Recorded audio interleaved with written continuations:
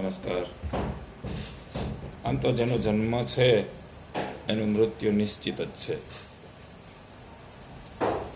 આ પ્રકૃતિનો સિદ્ધાંત છે, એમાં કોઈ છેડછાડ ના કરી શકે.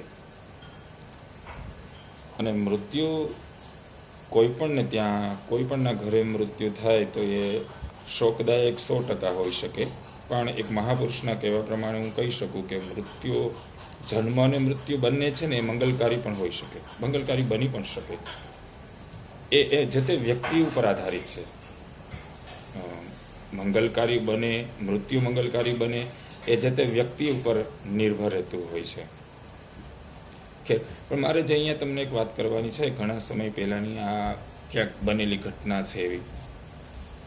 એક નાનો એવો સરસ મજાનો પરિવાર હતો, પતિ પત્ની પોતે અને એને બે સંતાનો. બહુ સરસ, આમ મજૂરી કરે પણ આમ સુખી, મતલબ કોઈ જાતની ઝંઝટ નહીં. એવામાં એના જે ભાઈ હતા એ રોજ રોજગારી મેળવવા માટે મજૂરીએ ચાલ્યા જાય. અચાનક થોડા સમય પછીમાં અચાનક એનું એક્સિડન્ટ થાય છે ને તે મૃત્યુ પામે છે.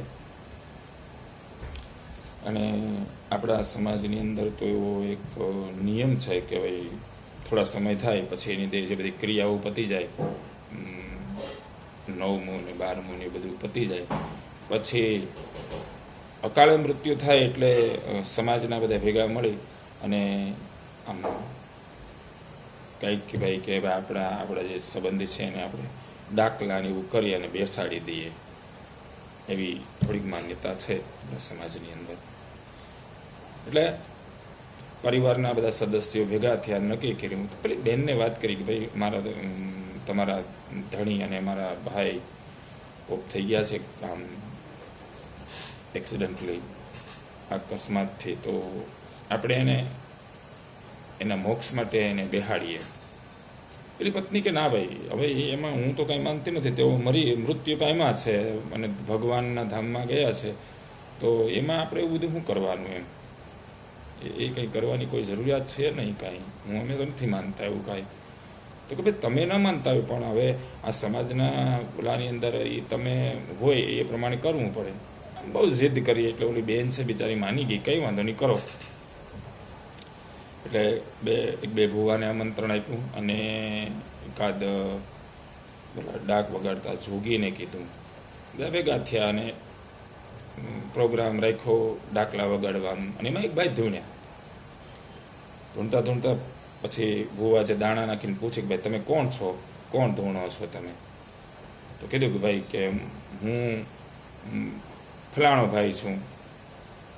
તો કે ભાઈ તમે છો એ તો દાણા આપો, વાસા ને વધાવો જે કંઈ કહો છો એ આપો. તમે દાણા ખરા ઉતરો તો અમે માનીએ કે તમે અમારા ભાઈ જે મૃત્યુ પામ્યા છે તમે એનું નામ લો છો તો એ છે. એને ચપટી લઈને મૂકી, બીજી મૂકી, ત્રીજી મૂકી, એમ બધી ચપટીઓની અંદર જે વાસાને વધાવો આપણે ગામડાની અંદર કહે છે એ આવ્યું. એટલે બધા માનવા મળે કે નાના ભાઈ આપણા ભાઈ જ છે, એ કે બાલુભાઈ જ છે, ના બરોબર છે, ઓકે જ છે. એટલે એ ભાઈએ જીદ કરી કે ભાઈ મારા સંતાનો ક્યાં છે? તો એ બહેનને એના જે નાના નાના છોકરાઓ તો એની પાસે લઈ ગયા, આમ બત ફરી, અને એ પણ રડવા લાગ્યા. આ દ્રશ્ય બેઠી બેઠી પત્ની જોતી હતી.